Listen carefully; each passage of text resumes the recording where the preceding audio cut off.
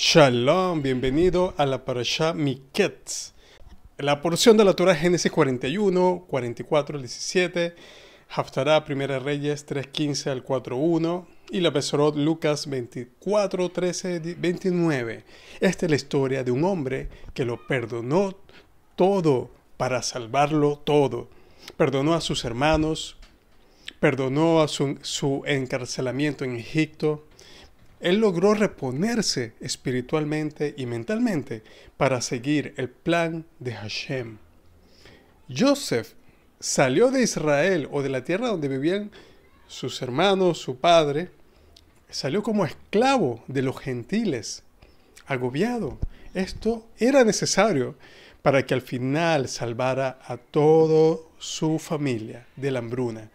Para salvar a Israel debía salvar a todo el mundo. Para salvar a su familia, debía salvar a todas las familias del mundo. En esta porción, por eso, nos recuerda la representación simbólica de Mashiach ben Yosef, el Mesías que primero es esclavo, luego es egipcio, luego es gentil, y sus hermanos no lo reconocen. El descenso de Joseph a Egipto puede compararse con el descenso del alma del Mesías. Al igual que Joseph tomó forma de siervo y se humilló, como dice en Filipenses 2:7 al 8. Joseph perdió su lugar de príncipe en la casa de su padre y tomó la condición humilde de esclavo y prisionero. Lo mismo puede decirse del alma justa y exaltada del Mesías, del ungido. El faraón exaltó mucho a Joseph al final, o al comienzo de esta parashá, levantándolo de su condición humilde para tomar un puesto sobre todo Egipto. Y respecto a Yeshua, la escritura que dice, por eso también Dios le exaltó hasta lo sumo. José era un soñador. Esto le dio problemas en su familia, pero su salvación y la de su familia llegó a través de la interpretación de los sueños. Así que podemos ver que lo que es un problema hoy puede ser una bendición mañana. Una habilidad bien colocada en el lugar correcto es una bendición. Ese talento puede ser una bendición.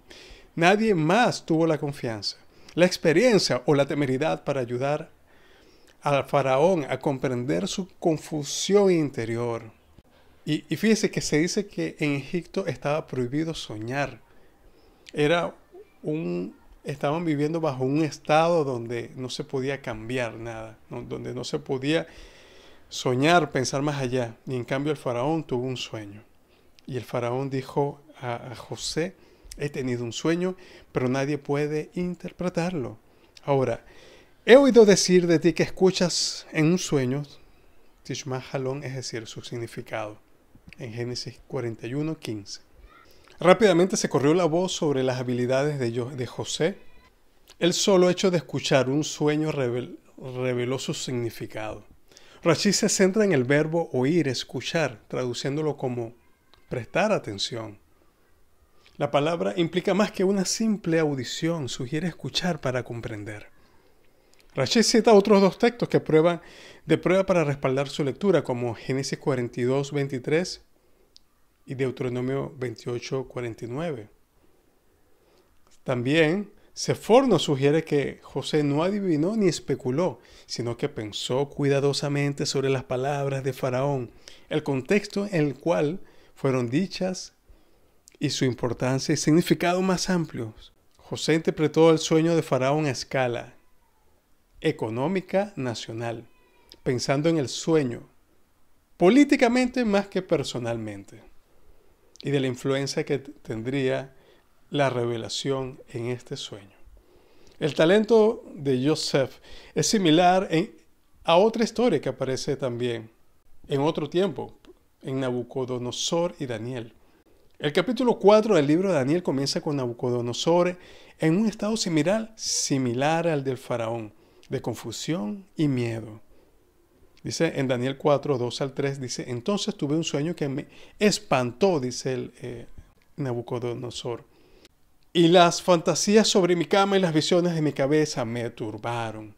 Por eso di un decreto un decreto para traer a mi presencia a todos los sabios de Babilonia, a fin de que me dieran a conocer la interpretación del sueño. Él estaba desesperado por alguien que le explicara lo que él había soñado.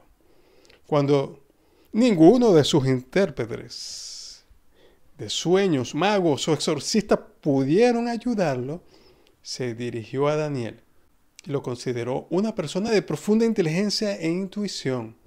Él dijo, y justo en este caso, Daniel le dijo a Daniel: Beltasar, jefe de los magos, ¿cómo entiendo que en ti, espíritu de los dioses santos, que ningún misterio está escondido de ti? Daniel pudo explicar el sueño con éxito. Daniel también era llamado por su nombre gentil. La habilidad de José para interpretar los sueños se extendió más tarde al gobierno, donde se requerían muchas de las mismas herramientas. ¿Cuáles eran? Observación cuidadosa. Se requería un gran líder, escuchar. Se requería análisis, también visión estratégica y ejecución. A medida que José maduró y su influencia creció, no se atribuyó el mérito de sus habilidades para resolver estos problemas. Él no se lo atribuyó a sí mismo. ¿Qué respondió? En Génesis 41:16, José respondió al faraón diciendo: no está en mí. Dios responderá por el bienestar del faraón. Rashi en este versículo explica que José le estaba diciendo a faraón: la sabiduría para interpretar los sueños no es mía. Dios responderá. Él pondrá en mi boca una respuesta que será para el bienestar del faraón. Joseph respondía ante una autoridad superior al faraón. Y en el libro escrito por el rabino Jonathan Sacks, que se llama No en el nombre de Dios, él escribe que todo texto necesita una interpretación. Y esta interpretación necesita sabiduría. Toda sabiduría necesita una cuidadosa negociación entre lo intemporal y el tiempo. Así como Joseph aportó sabiduría a su interpretación y debido a su intimidad con Hashem, sus ideas se volvieron eternas. Él fue un solucionador de problemas que siempre le daba el crédito al Creador. Nuestro maestro Yeshua enseña: el mayor entre vosotros será vuestro siervo, y el que se enaltece será humillado, y el que se humilla será enaltecido. En Mateo 23:11-12.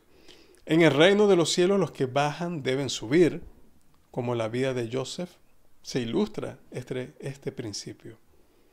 Joseph dejó de ser el primero y más grande entre sus hermanos, el más querido, para decirlo así, al humilde lugar de esclavo y prisionero.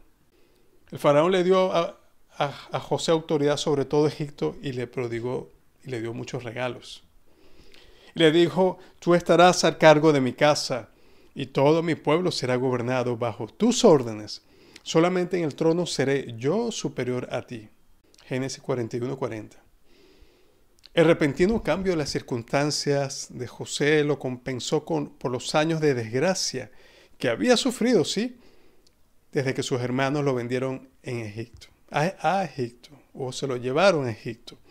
Los rabinos dicen que todo esto, alude al Mesías, hijo de José, porque él también será compensado por sus dolores. Y así sabemos que será, porque fue elevado al más grande puesto. Luego de este gran cambio en la vida de José, cuando sus hermanos llegaron, ya había pasado todo lo anterior y él los reconoce, veamos, porque José no les reveló su identidad de inmediato. ¿Por qué no lo hizo? Sostuvo la artimaña, este escondite, para poner a prueba sus corazones en búsqueda de arrepentimiento. Los largos años de ocultamiento de nuestro maestro, del pueblo judío, también puede tener este cometido de nuestro maestro, de nuestro Mesías. Aunque Yeshua de Nazaret es el único candidato serio para ser el Mesías, y a pesar de que miles de millones de cristianos lo veneran como el Mesías prometido, la mayoría del pueblo judío durante últimos 2000 años han rechazado sólidamente esta posibilidad. Las razones detrás del rechazo del judaísmo a Yeshua son complejas y completamente explicables en vista de lo que ha pasado históricamente y las circunstancias sociológicas también. En gran medida el cristianismo gentil se ha vuelto inadvertidamente, ha puesto capas y capas de disfraz sobre la identidad de Yeshua a sus hermanos, al pueblo judío. Las obras de arte cristianas representan a Jesús como un gentil. La teología cristiana lo representan como un enemigo del pueblo judío, o algunas teologías cristianas. Depende de la época también, una más que otra. La tradición de la iglesia lo ha sacado de su contexto judío y lo ha hecho reconocible para sus propios hermanos. Los 10 hermanos no reconocieron a José, pero él sí los reconoció. El Midrash Rabbah señala la ironía de la situación entre José y sus hermanos. Dice Génesis Rabbah 91:7, José había reconocido a sus hermanos cuando cayeron en sus manos, aunque ellos no lo reconocieron a él cuando cayó en sus manos. Los hermanos de José no lo reconocieron porque no lo trataron como a un hermano. Y él sí lo reconoció porque los trató con misericordia cuando cayeron en su poder. José no devolvió mal por mal. Y esto alude a la gracia y misericordia que nuestro Maestro Yeshua pone a disposición de los fieles de su pueblo, a pesar del continuo rechazo. Y esto demuestra el amor que tiene Yeshua sobre todo Israel, sobre todos los judíos, aunque no crean en él. Aunque la nación judía no lo ha reconocido como hermano, y esto está en proceso, y eso es parte de nuestro trabajo, de enseñar al Yeshua que hacía la fiesta, al Yeshua que hacía el Shabbat, al Yeshua que también conoce el Shema, al Yeshua que nos enseña sobre el amor y la compasión. Él los reconoce, él reconoce al pueblo judío. Joseph llora en esta parashá. Él quiere saber de su familia. Él quiere ver a su hermano también pequeño, a Benjamín, hijo de su misma madre. Y él quiere saber si el corazón de su hermano ha cambiado. Por lo tanto, en esta parashá, él los invita a cenar a sus hermanos. En esto, él le hace una treta, una prueba, y toma preso a Simeón, el cual pide rescate y que Benjamín, vaya a Egipto. Entre todo esto lo que está pasando, y en el contexto de la vida de Joseph, también está el papel de Rubén y Judá, que es uno de los temas principales del liderazgo, el cual el mayor es Rubén, tal cual como en la sociedad patriarcal del antiguo Cercano Oriente.